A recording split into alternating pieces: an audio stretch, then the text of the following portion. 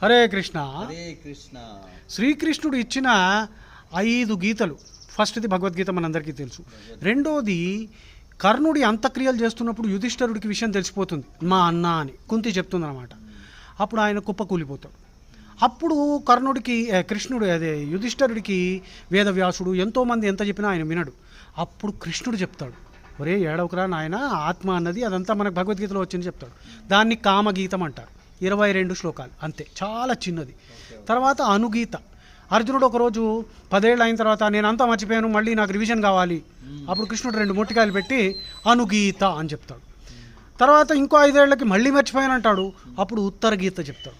తర్వాత కృష్ణుడు అవతారం చెల్లించి వైకుంఠానికి వెళ్ళిపోతున్నప్పుడు ఉద్ధవుడు, కృష్ణుడి ఫ్రెండ్ కజిన్, ఆయన అడుగుతాడు, మరి నాకేంటి మోక్షము? అప్పుడు ఆయనకి చెప్పిన దాన్ని ఉద్ధవ గీత అంటారు. సో కృష్ణుడు ఇచ్చినవి 5 గీతలు. అవునా? కరెక్ట్.